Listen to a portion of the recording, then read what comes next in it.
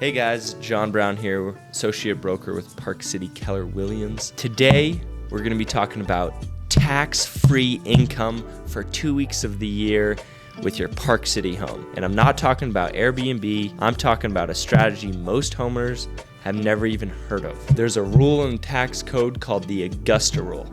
And yes, that is named after the Masters tournament at Augusta National. In the 1970s, Augusta residents lobbied for a tax exemption on income they earned by renting their homes to Masters attendees. Since each year the tournament at Augusta National brought so many, like a massive influx of visitors with really nowhere to stay, prices skyrocketed and they had to pay taxes on that. So Congress was working on the Tax Reform Act of 1976 to limit vacation home deductions and ended up carving out an exception. If you rent your home fewer than 15 days a year, and that income is then excluded from your gross income entirely. So zero taxes. Now, most people hear that and think, okay, cool, maybe a couple $1,000 here. But here's where it gets interesting because Park City market is a little different. We're not talking about random weekends. We're not talking about, a few thousand here, a few thousand there. You want to do it in the most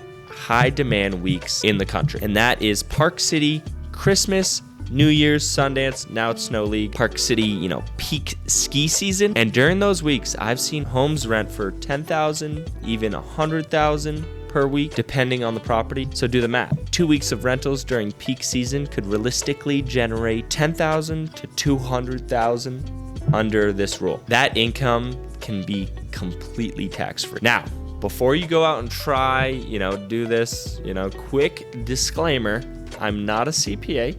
I'm not a licensed tax professional, and this is not personalized advice. How could I don't know your personal situation. This is just for education and entertainment purposes only. Take this information, go to your CPA, go to your tax professional and say, how can I get this done? But you should definitely talk to your accountant before doing any of this. But here's how it works.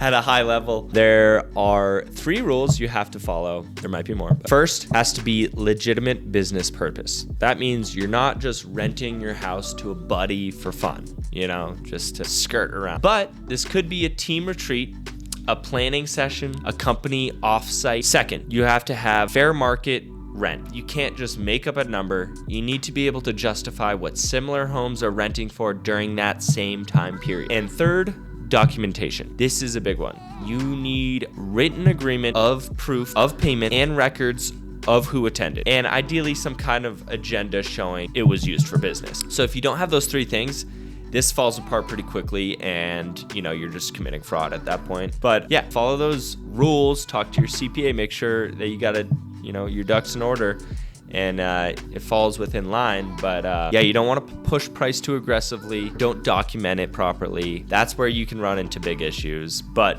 if you structure it correctly, this is one of the cleanest strategies out there for homeowners, especially with, houses probably sitting vacant in Park City unless you use it for vacation. So now let's bring back to Park City though, because this is where it actually matters, where people are deciding whether to buy here, especially second home buyers or business owners. They're usually just looking at lifestyle, rental income, long-term appreciation, and what some people miss is factoring in this tax benefit. And this is not the only tax benefit you can have buying a property in Park City, but it is one of the good ones. And maybe turn your next vacation into a business retreat. If you do this and then use it for personal use the rest of the year, and have the ability to generate tax-free income, this changes the way you could look at numbers in Park City. And this is a high appreciation market. Park City doesn't cash flow that much, so this helps.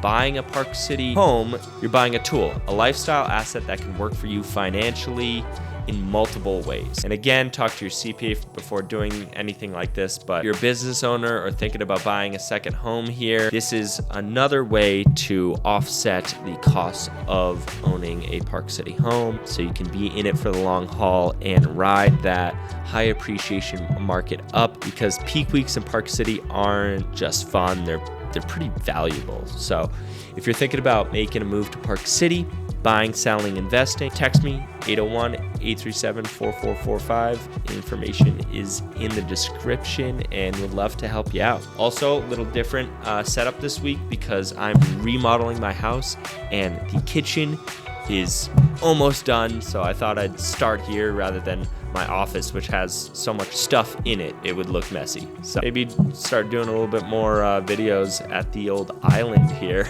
I like this little setup. And yeah, I mean, I got some electrical to do, obviously, but slowly working at it. Did this all myself with my dad. My dad came out and helped, so just been slowly working away at it and got things like some electrical to do here, finish some paint, and then also have to paint all this. I'm gonna do edgecomb gray. What I do in all my houses with all the white cabinets and white countertops, it's kind of a perfect color to go with. Keep it nice and easy so I don't have to remember which one did I color that. It's all gonna be edgecomb gray. Anyways, hope this gave you value. If you want to learn more about this and how you can take advantage in Park City, hit me up. Love to help you out. Peace, guys.